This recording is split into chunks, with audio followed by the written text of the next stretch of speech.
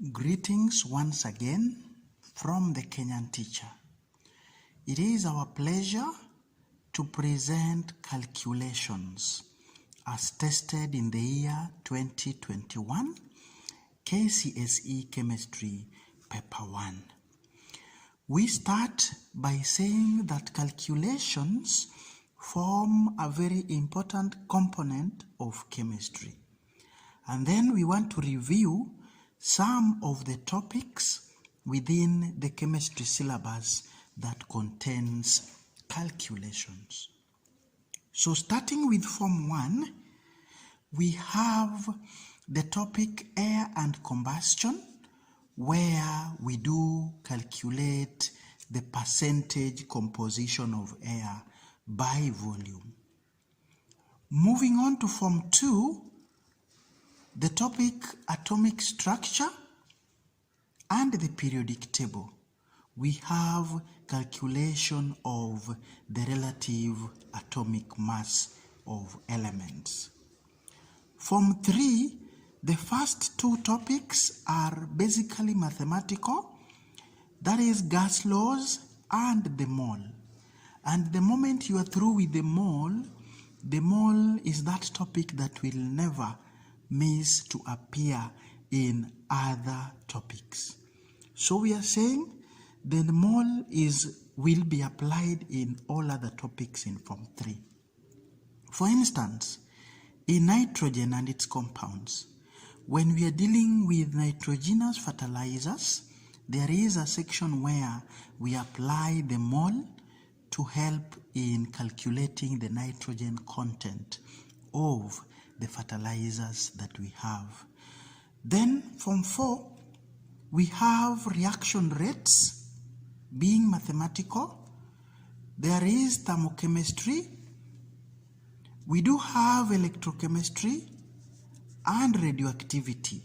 And then again at Form 4, we have the mole again reappearing in other topics, including organic chemistry, where we shall ask you some calculations. Welcome as we take you through the calculations as tested in the year 2021 Chemistry Paper 1. The first question involving calculations was question number 10. Question number 10 read that consider the following reaction. We are reversibly reacting 1 mole of nitrogen with 3 moles of hydrogen to give 2 moles of ammonia. And the enthalpy change for this reaction has been given as negative 92.4 kilojoules. Now, to the first question, we are asked to give the enthalpy change per mole of ammonia. So, looking at our equation, we are producing 2 moles of ammonia here. And this is accompanied by negative 92.4 kilojoules of energy. If now we are asked the enthalpy change per mole, our answer is got by simply dividing the amount that is involved when 2 moles are obtained by 2. And this gives us a value of negative 46.2 kilojoules per mole of ammonia for 1 mark. Moving to part B, we are told to state and explain how each of the following affects yield of ammonia. And we start with increase in temperature. So for a student to answer this question, we need to understand that the delta H given here is for the forward reaction, that is production of ammonia. Then the opposite of it, which will be endothermic, would be for the backward reaction, and that would be for decomposition of ammonia back to nitrogen and hydrogen. So we know that increase in temperature favors the endothermic reaction, and that is backward reaction according to our equation. So the expected response here was that increase in temperature lowers the yield of ammonia. It lowers the yield of ammonia, gives you the first half mark, and then you explain that increase in temperature favors backward reaction, which is endothermic.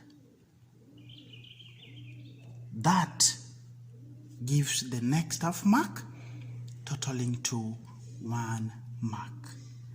Part B, Roman 2, asked us to explain the effect of finely divided ion on the yield of ammonia.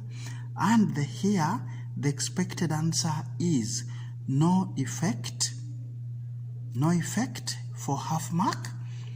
And a student was supposed to go ahead and explain that a catalyst, like finely divided ion, has no effect on the position of equilibrium.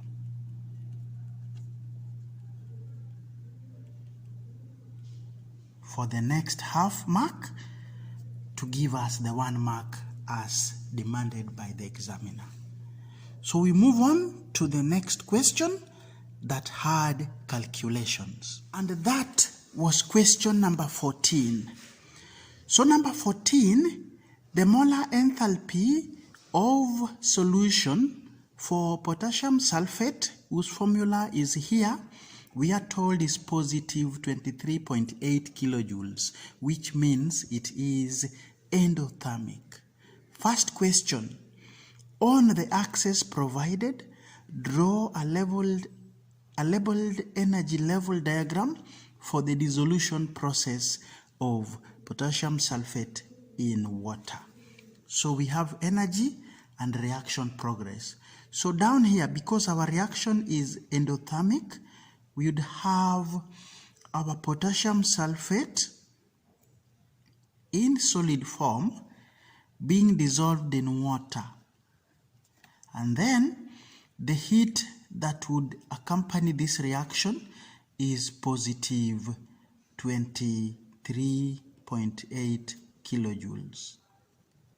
To give us now the dissolved potassium sulfate, which will be in the form of 2 moles of potassium ion and 1 mole of sulfate ions.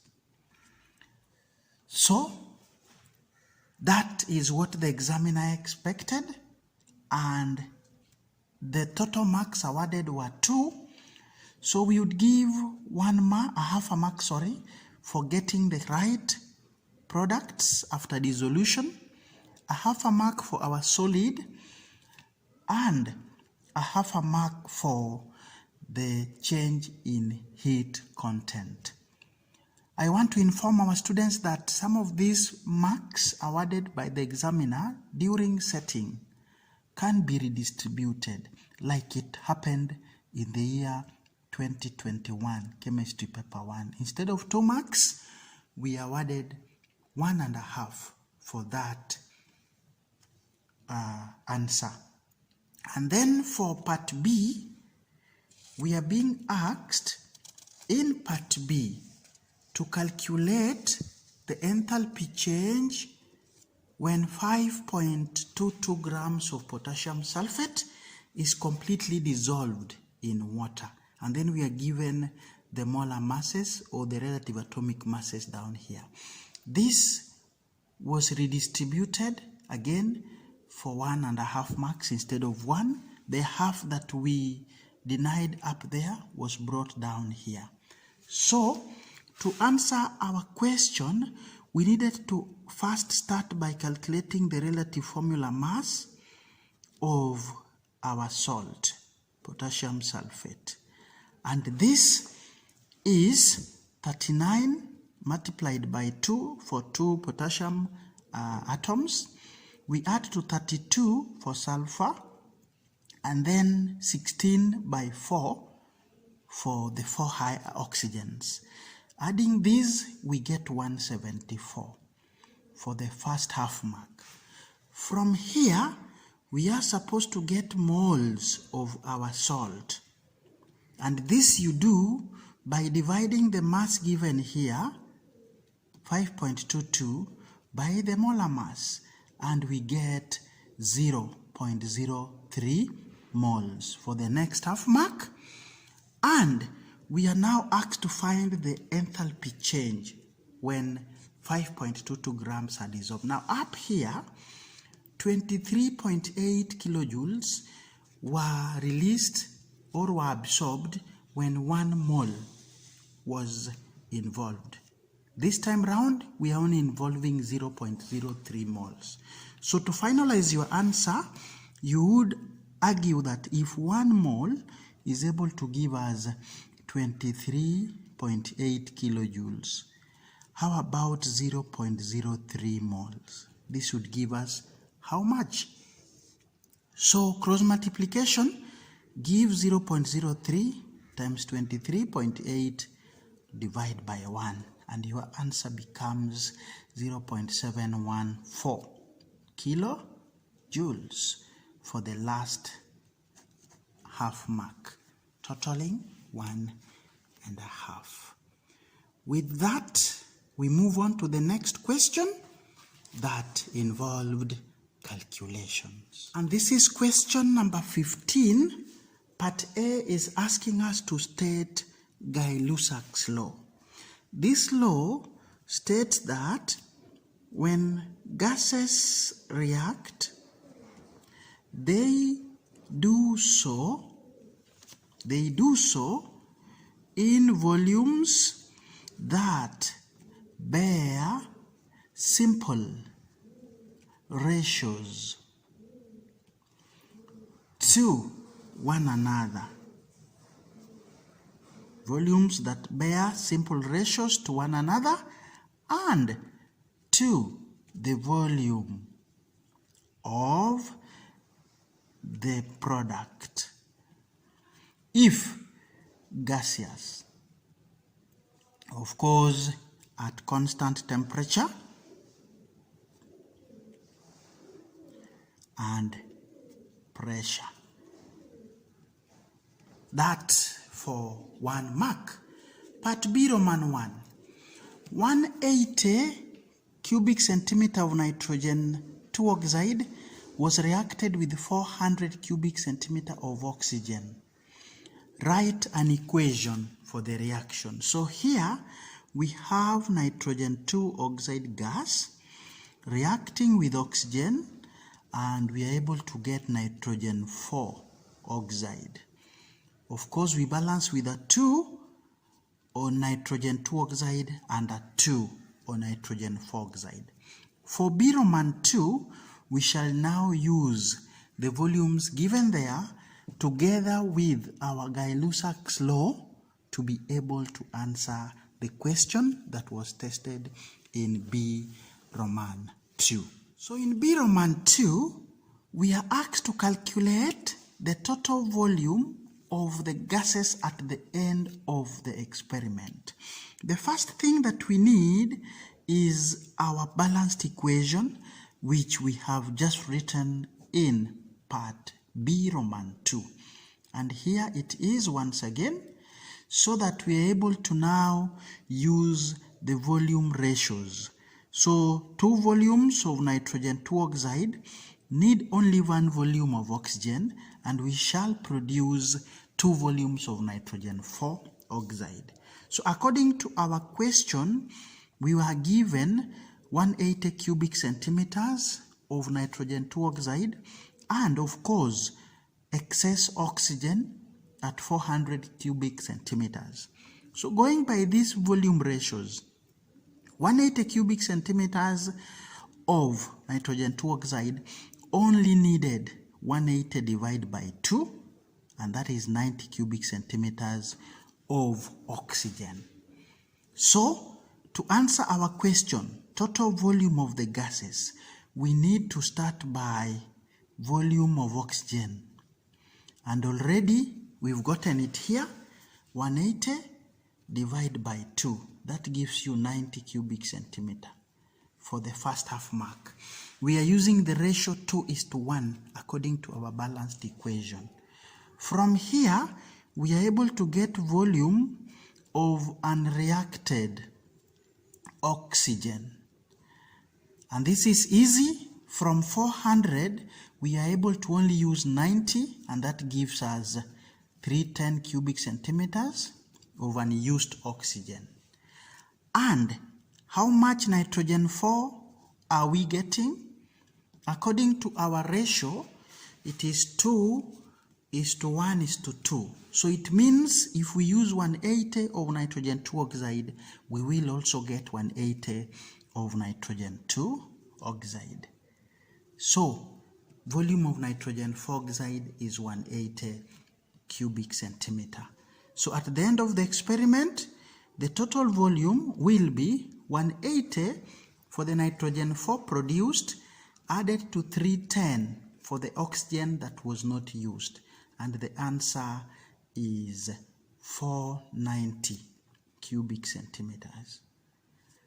Again, instead of 3 marks here,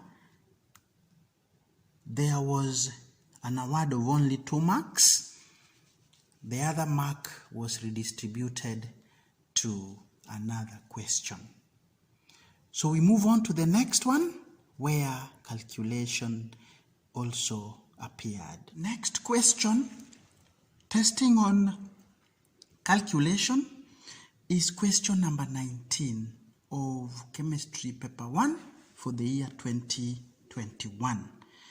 So number 19, 31.5 cubic centimeters. These figures are going to be very key in answering our questions. So 31.5 cubic centimeter of concentrated nitric 5 acid was diluted to 500 cubic centimeter. 10 cubic centimeter of this dilute acid required 25 of 0.4 molar sodium hydroxide for complete neutralization. Part A, calculate the concentration of the dilute acid. This will demand that we start by the equation for the reaction between sodium hydroxide and the dilute acid. And here we will get sodium nitrate and some water. You realize the mole ratio is 1:1. So from the information given, we are able to get moles of sodium hydroxide that reacted. And you get it from here, 25 of 0.4 molar. So the moles of sodium hydroxide that reacted would be 25 times 0.4 divided by 1000. And this gives 0.01. From the equation, it therefore means that moles of the acid that reacted were also 0.01, since mole ratio is 1:1. Now, we are asked concentration, which is moles per liter. So, this number of moles of the acid were present in the volume that we used, 10 cubic centimeter. So to get concentration, we are going to argue that if 10 cubic centimeter is giving us 0.01 moles, how about 1 liter of the acid? How many moles should we have in there? So this is 1000 times 0.01 divided by 10. And we get 1 molar solution, 1 molar being the concentration of the dilute acid, for only 1 mark. to now the concentrated acid. Here we will be forced to use the formula for dilution, and the formula goes that concentration of dilute acid times its volume should give you the concentration of the concentrated acid times the volume. So our C1, the concentration of the dilute acid is 1 mole. Its volume is 500. If we do that multiplication, we should get concentration of C2, which we don't know, times its volume, which we are told in the question was 31.5 cubic centimeter. So this would be C2 times 31.5 cubic centimeter. Doing the division and multiplication, we get our C2 to be 1 multiplied by 500 divided by 31.5. And this gives us 15.9 molar solution. The last question for that number is asking us to state the correct method of diluting the concentrated nitric 5 acid. And here we all know that we add acid to water and not the reverse for 1 mark. Next question, number 20 from radioactivity. So figure 5 shows part of a radioactive decay series. So students, for this change in mass number and atomic number, we need to know the effect of alpha particle, and we told you alpha is represented as helium. So that means mass number reduced by 2, atomic reduced by 2. Mass number reduced by 4, atomic number reduced by 2. For beta, no effect on mass number, but atomic number increases by 1. And then gamma particle has no effect on both atomic number and mass number. So let's start here. X. X has mass number 213 and atomic number 83. Then it decays to Y that has the same mass number, 213, but atomic number has increased by 1 to 84. So the particle here is obviously beta. Now from Y we come to Z. Mass number is now 209 from 213. It has decreased by 4, and atomic number is 82 from 84. It has decreased by 2 as well. So here our particle is alpha. Then Z to K. K, mass number has maintained 209, atomic number has increased by 1. So the particle here is again beta. So for us to move from X to K, we have 2 beta and 1 alpha. So we are being asked to write a nuclear equation for the formation of K from X. X, the mass number is 213, atomic number is 83. This decays to give us K, mass number 209, atomic number 83. But you have seen we have been able to emit 2 beta particles which have that representation and 1 alpha particle that has that representation. So that becomes your equation. That becomes your nuclear equation for the formation of K from X for 1 mark. B of the same question is now testing on half-life. So we are told the half-life of nuclide X is 47 seconds. Determine the percentage of the nuclide that remains after 188 minutes. We will start by getting number of half-lives. And here we will divide 188 minutes by 47 minutes, and that gives us 4 half-lives.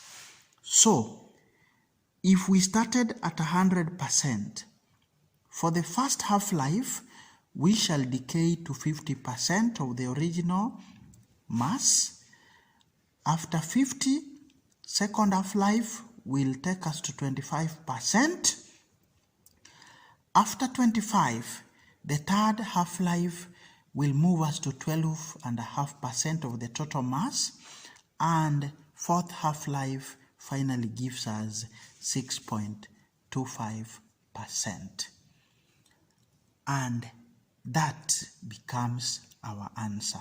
So number of half-lives 1 Mach, and the answer 1 Mach.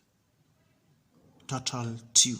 Next question involving calculations is number 21, where we are told aluminium is extracted from the oxide by electrolysis. This one also had a demand that a student needed to have known something on extraction of aluminium as a metal. So other than the cost of electricity, give another reason why this method is expensive. So this method is expensive because the graphite anode has to be replaced periodically. The reason why this is done, we shall be able to explain more in metals as a topic later on. So that is 1 Mach. And then calculation came in part B, where we are asked, calculate the mass of aluminium obtained when a current of 20 amperes is used for 5 hours. The first thing we need to do is to write the equation for formation of aluminium from its ions in the electrolyte. So that is how aluminium is formed. 3 electrons are involved, and therefore from this equation we know that 3 Faradays, which are equivalent to 3 times 96,500 coulombs, is supposed to give us 1 mole of aluminium. That will be 27 grams. So that is how we interpret this equation according to Faraday's law. So once we have interpreted our equation, we now get back to our question and get quantity of electricity that was supplied. This quantity of electricity is given by the formula IT, where I is current in amperes and T is time in seconds. So for our case, 20 amperes, we shall multiply by 5 hours. These 5 hours we must change into seconds. So times 60 to convert into minutes, and another 60 to convert into seconds. That gives me 360,000 coulombs. From there, I now relate this with what I have here.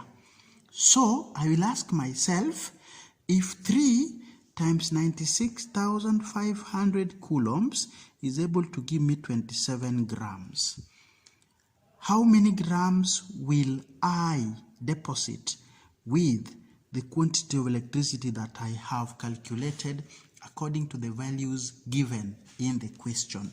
So doing cross multiplication, we have 360,000 multiplied by 27, and then I divide by 3 multiplied by 96,500, and this gives me 33.588 grams of aluminium. 2 marks, a half a mark for this multiplication, a half a mark for the answer, half a mark for the division, and a half a mark for the final answer, totaling to 2 marks. Second last question that contained calculation is question number 23. Part A, state what is meant by relative atomic mass of an element. So The expected answer here is that RAM is the mass of one atom of an element. Mass of one atom of an element compared to the mass of 1/12 of carbon 12 atom for 1 mark. Part B, we are now asked to calculate the relative atomic mass of X, given that a compound of carbon and element X has the formula CX4 and it contains 3.6% carbon by mass. So this is important. Mole ratio from the formula is 1:4. So as usual, we normally do calculations involving RAM in a table. So we have the elements in the compound, carbon and X. The molar masses here, 12. Molar mass for X we do not know. So let's put N to represent that.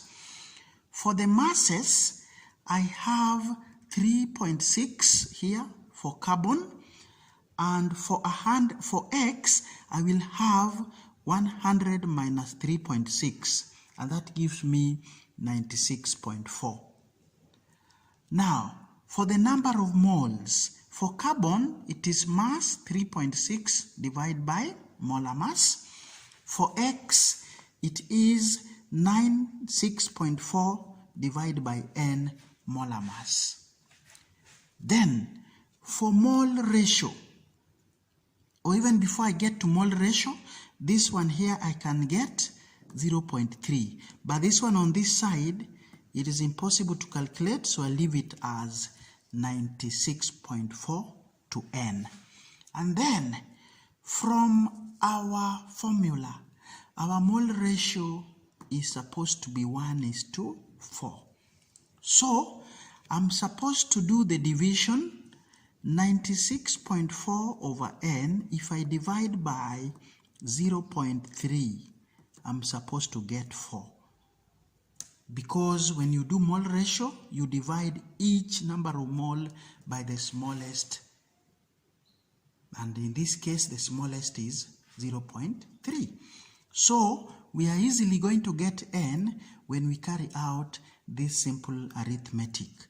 And we shall have 96.4 over N. Division involves multiplication by the reciprocal. So times 1/3 should give me what? 4. Now I can multiply. Numerator is 96.4. Denominator is 0.3 N. This gives me 4.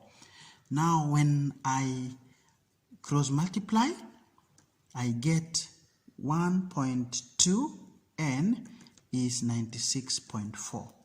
And finally, N is 96.4 over 1.2. And I get the answer as 80.3. That is the relative atomic mass of X, as agreed here that we let it be N. We have finally found N. Awarded 2 marks. So, the first mark is getting the percentage by mass of X. Next is division by N. Next is the mole ratio, actually copied from the formula. And finally, the RAM.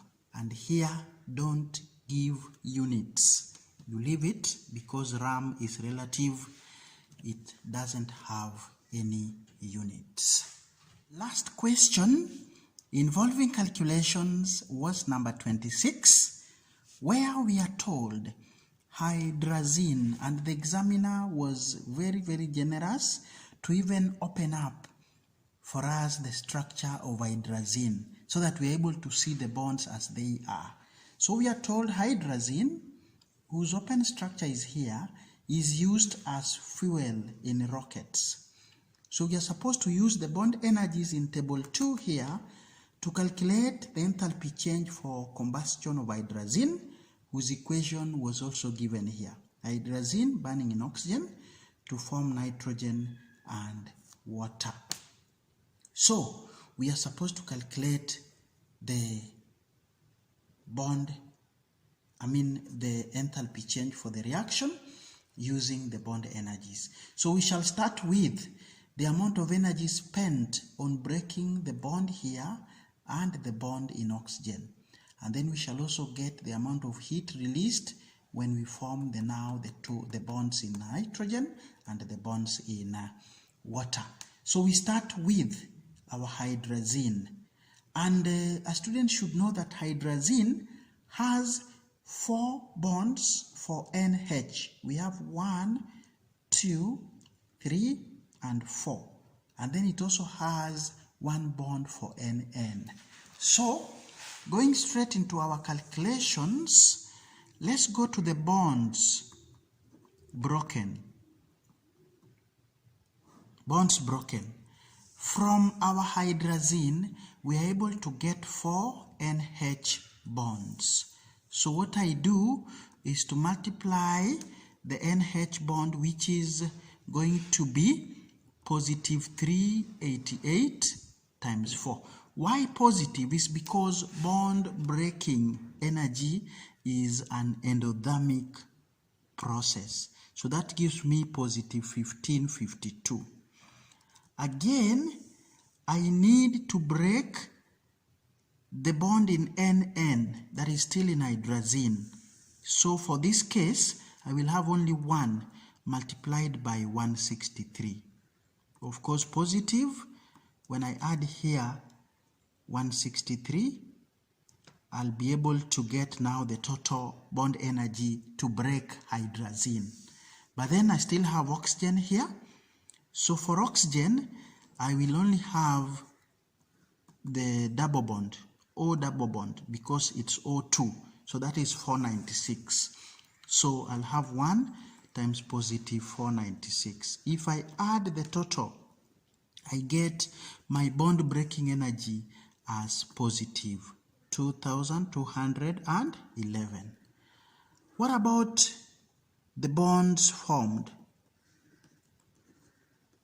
Bonds formed are only 2. We have nitrogen, which has N triple bond N, so that will be 1 times negative 944.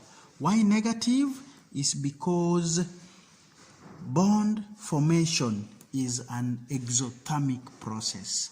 And then I have 2 OH bonds in 1 mole of water. But here I'm producing 2 moles, so I'll have a total of 4 OH bonds, which I am forming. So this would be 4 multiplied by negative 463. That gives me a total of negative 1852. If I add the total bond formation energy, I get negative 2796. Now, the enthalpy change is given by bond breaking energy plus bond formation energy. So in my case, I will have positive 2211 minus 2796, and I have a figure of negative 585 kilojoules per mole as my answer. Up to that point, students, we have come to the end of our video where we have reviewed calculations as tested in the year 2021 chemistry paper 1. We thank you for your company and we wish you all the best in your revision. Keep it the Kenan teacher for more videos.